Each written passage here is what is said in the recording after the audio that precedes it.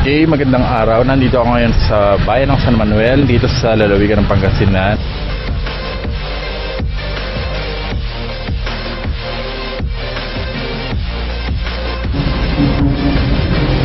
Nitong nakaraang buwan ng Pebrero ay binisita ko sa kauna-unahang pagkakataon ang bayan ng San Manuel na matatagpuan sa dulong silangang bahagi ng lalawigan ng Pangasinan. Ito ay katabi lamang ng bayan ng Binalonan. Ang San Manuel ay bahagi ng ika-6 na distrito ng Pangasinan. Base sa aking maiksing pananaliksik, ang bayang ito ay pinangalan kay Don Manuel Secrig, ang tinuturing na ama at tagapagtatag ng bayan mula pa noong ika-17 siglo.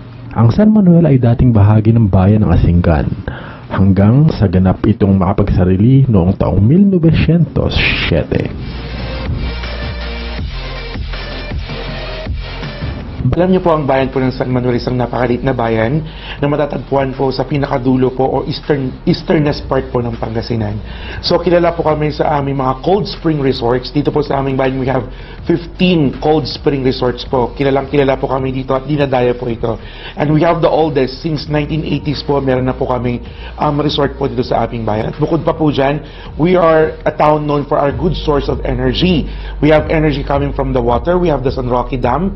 And we also have energy coming from the sun. We have the Sinucolan Solar Power Plant. Sinucolan, saan po makikita yun? Ang Sinucolan Solar Power Plant po is matatagpuan po sa Barangay Santo Domingo. Sa agricultural land po ang bayan ng San Manuel. So, ang pinakapangunahin po namin product dito is palay. So far, kamusta naman po yung production ng palay natin ngayon for this New Year? Yun yung ano? Yes, according po sa aming municipal agriculturist, maganda po ang production po namin ng palay dito. Dahil alam niyo po, mayaman po kami sa tubig, no? So we are celebrating our Padanum Festival, or in Tagalog term, no, it's Patubig Festival because of the presence of the Agno River na talagang mayaman sa tubig. So maganda po because of the abundance of water, nagkakaroon talaga ng mga magandang ani, no, nagkakaroon ng magandang yung mga naging malusog yung mga palay natin. Padanong Festival, ano po yun? Can you explain? Ano yan? Kailan ginaganap yun? Yes, sinasabay po namin siya sa amin pong fiesta, ang Padanong Festival po. So right now, after the pandemic po, kasi di ba unti-unti na po bumalik po ang mga town fiesta at cultural presentation. And since we are known by our San Roque Dam, no? San Roque Dam is the largest dam in the Philippines, or water reservoir in entire Philippines, and one of the largest dams sa buong mundo po. So, nabuo po namin Padanong Festival to celebrate po yung abundance ng water po dito sa aming bayan. Ano activities na ginagawa? Yes, we have the street dancing competition.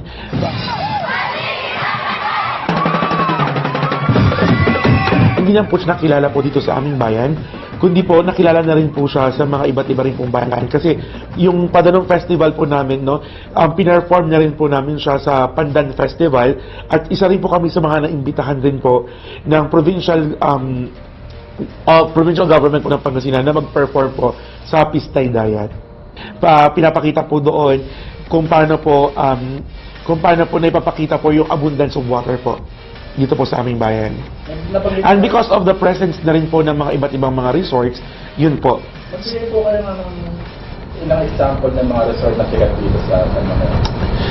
Halos lahat naman po sila malalaki, pero ang ilan po sa mga malalaki ditong resort po namin, of course, andyan po ang Julia Spring Resort, andyan rin po ang Oralio Resort, siya po ang pinakamatandang resort po dito sa aming bayan, andyan din po ang Water Park Spring Resort, St. Vincent Resort, at marami pa pong iba.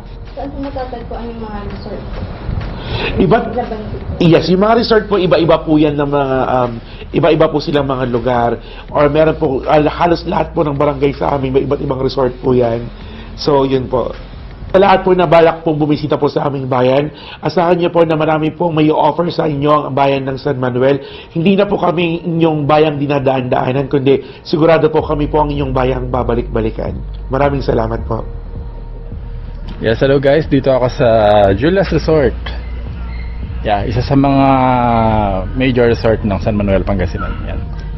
Meron silang swimming pool, 2. Okay. So, tingnan natin. So, yan, may libutin lang natin. Baligi, San Manuel. Yan. Meron silang okay. Meron sila dito ang video, okay.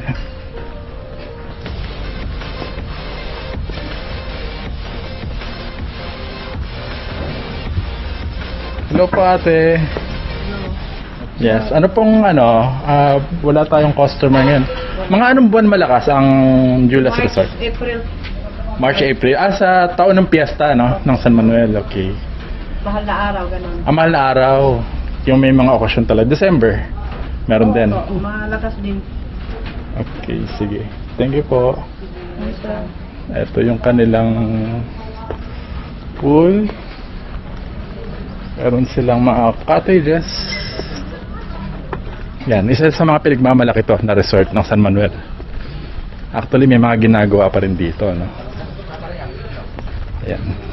May mga bago sila. I think this is an expansion. So, yes, pagka mapapadalo kayo dito sa San Manuel, Pangasinan, pwede nyo puntahan to. Mag-tricycle lang kayo mula doon sa munisipyo. Medyo liblib nga lang to, sabi nila wag lang kayo magpapagabi dito kung balak nyo ring pumunta ng bayan o umuwi. At mahirap pang biyahe dito, may last trip din ng mga jeep dito eh. Bagamat isang progresibo at maunlad na bayan, nananatili pa ding madalang ang biyahe ng pampasaherong jeep sa lugar na ito. Kaya kung aabutin kayo ng hapon at gabi sa pamamasyal, ay inaabisuhan kayong magdala ng sarili nyong sasakyan o kaya ay magrenta ng tricycle papasok at palabas ng bayan patungo sa pangunahing lansangan sa kalapit na bayan ng Binalonan. Okay, so ang biyahe dito ay Urdaneta, papuntang Urdaneta lang, no? Walang ibang rota, tama ba? San Manuel to Urdaneta and back and forth, yun lang ang biyahe dito at medyo madalang na. So nakita nyo naman, tanghalang tapat may mga pila na, puro mga estudyante. Yan. Kung wala man kayong masakyan, ay huwag mag-alala dahil safe din naman kayo magpaumaga dito. Ayon sa aking mga nakausap, ay pinakamababa ang crime rate sa bayang ito dahil sa responsable at disiplinadong mga residente at mamamayan at bukod pa dito ang police visibility sa buong magdamag. Ito'y ayon na din sa aking panayam sa kasalukuyang alkalde ng bayan na si San Manuel Mayor Kenneth Marco Perez. Yan ang medyo pinag-aagawan ng mga pulis dito sa San Manuel.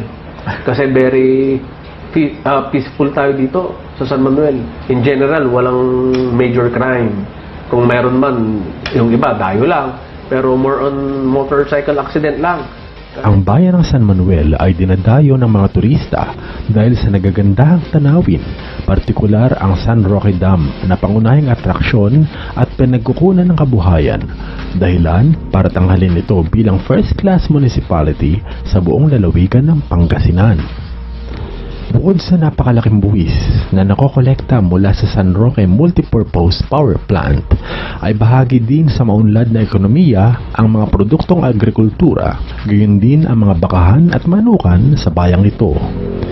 Ang isang practice na magandang inadapt ko yung practice ni Mayor Balderas sa Lawak na nagbibigay tayo ng insentibo sa mga tao, sa mga tobacco farmers.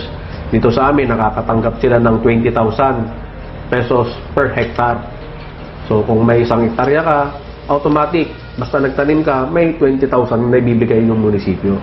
Ano po yung mga latest projects natin ngayon na matatapos no 2025 at yung mga upcoming projects, mga susunod pa natin? Okay, so ang mga ongoing projects natin dito, more on sa road concreting and asphalting. So yung asphalting, natapos na natin yung ibang portions. And then, yung concreting, ongoing din. Yung pag-improve ng irrigation canal natin, ongoing din. Tapos yung mga in-town canal natin dito sa poblasyon para maiwasan yung pagbaha. So far, wala naman tayong naranasan na pagbaha throughout the years. Even sa previous years, wala na tayong nararamdaman na baha dito. Kaya pinapaayos natin yung mga kanal para diretso talaga sa water system sa Agno. Para mabilis yung pagkupa ng tubig. And then, nandyan yung last phase na ng renovation ng public stalls natin. So, nandun na kasi sa last phase ang renovation ng public stalls. Makikita nyo dito sa gilid ng munisipyo, ongoing din. And then sa harap ng simbahan, sa gilid ng gym, nandyan din, nagpapaayos din tayo ng panibagong stalls dyan para mas maayos na yung mga pwesto ng mga negosyante natin dito sa San Manuel. Tapos yung mga solar lights projects natin, yung San Manuel to Binalunan Road, natapos na rin natin ngayong taon. So, napaka-laking tulong yan. Daming natutuwa ng mga kababayan natin. Tapos, meron din mga daycare centers na ongoing projects din. Patapos na rin, ho. Tapos, yung malaking upcoming na project natin dito sa Sitio Tacnian, yung hinihiling nilang maliit na bridge dyan, papagawa na rin natin. So, tuloy-tuloy yung project natin dito sa San Manuel, and then yung pagbili ng mga fertilizer sa mga farmers natin, makakapag-procure na rin tayo this month. Mababahagi na rin natin siya this month din sa mga farmers. Okay, so pupunta tayo dun sa lumang palengke. Kasi ginagawa yung bagong palengke, no? So lilipat din sila doon kapag natapos na yun. So eto yung lupang palengke, pakita lang natin.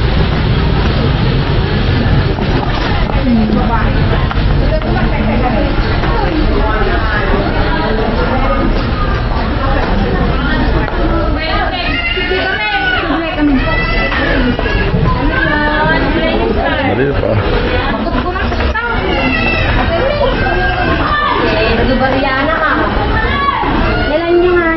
So ginagawa yung bagong palengke. Kapag natapos yun, lilipat na yata sila doon, no? So tignan lang natin. Ayan.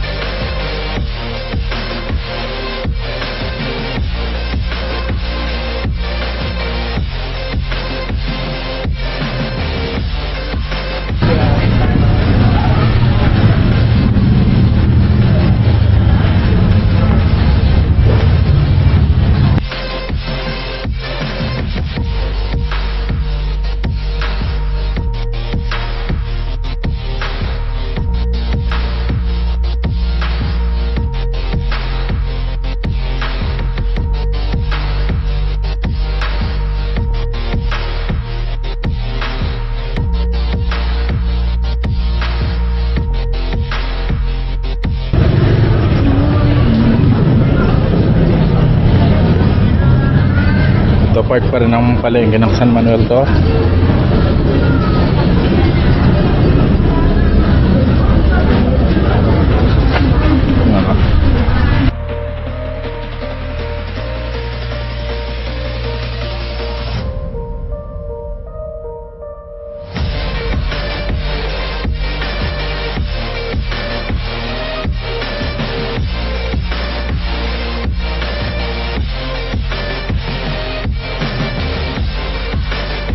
Kailan ba piyasa uli natin dito? March 8 to 15. 8 to 50. Ako yung mga nakalaan natin na mga activities. Unang-una dyan, syempre yung Thanksgiving night natin, andyan yung LGBT night natin, Farmers night, Senior night, pet show, and then yung Binibining San Manuel, andyan din yung Maligi night, na kung saan laging last day yan na marami tayong bisita, at ang banda na inimbitahan natin ngayong taon ay si Dayonela. Dayonela? Oo. Yung last day natin, car show naman. Ano yung maabangan ng ating mga kaibigan? Lahat naman, inaabangan, pero talaga, ang pinaka-highlight natin, yung Binibining San Manuel at saka yung Maligi Night, na kung saan ang bisita natin si Dayonela, na sikat ngayon. Kaya kumusta naman yung scholars? Ang scholars natin, okay naman, dahil last month pala, yun, yung isang nakalimutan natin, nagbigay na rin tayo ng educational grant sa mga scholars natin nung January. Nakatanggap na sila ng 10,000 for this year. Ilan po yung scholars lahat? Almost 200 na. Kasi nung kaupo ko po, nasa 80 plus. So yan ang napag-usapan namin ng mga sanggunian na siguro pwede rin natin i-increase yan yearly. Kasi ang plano ko ho dyan, before na matapos yung term ko, sana kayanin natin na 500 yung maging scholar natin dito sa San Manuel na San Manuel ang tumutulong. Kasi sa national tsaka sa probinsya, di ba, halos parehas lang, pantay yung binibigay namin. So we could do that din sa San Manuel din. Programa po para sa mga senior citizen. Yan, ang magandang programa natin dahil monthly may mga activities din yung mga senior, lalo na yung pagmamarites.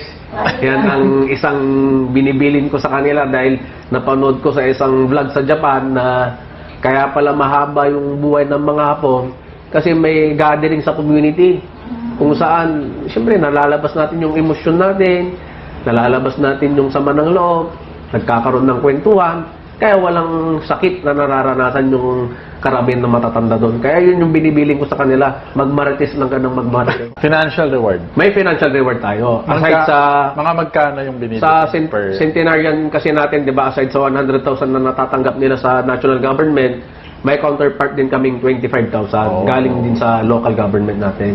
I do not know kung sa ibang LGU may nabibigay na ganyan. Pero yung annual na pagbibigay ng mga birthday cake, we could not sustain that. Even other municipalities here in Pangasinan, I doubt if they can sustain Yung kasing that. financial nasa batas kasi yata, required, di ba? Tama po ba? Sa national. Sa Pero national. yung 25,000 na binibigay ho namin, sariling initiative. Sariling initiative. LGU yan. Okay. Kasi yung 100,000 naman na natatanggap nila, coming from national fund yan. Yung 25,000 sa local fund yan. Bilang punong bayan ho ng San Manuel, Pangasinan, I would like to invite everyone for this upcoming Fiesta 2025 po sa bayan ng San Manuel. We have an 8-day event from morning to night. May mga events po tayo. Sana sa mga kababayan natin, mga karatig bayan natin, mapasyalan nyo ang bayan ng San Manuel sa March 8 to 15 ang kapestado natin. See you, mga kababayan. Yan. At dyan nagtatapos ang pagbisilat namin ngayon dito sa bayan ng San Manuel, dito sa eastern part ng Pangasinan. Thank you for watching. Bye-bye.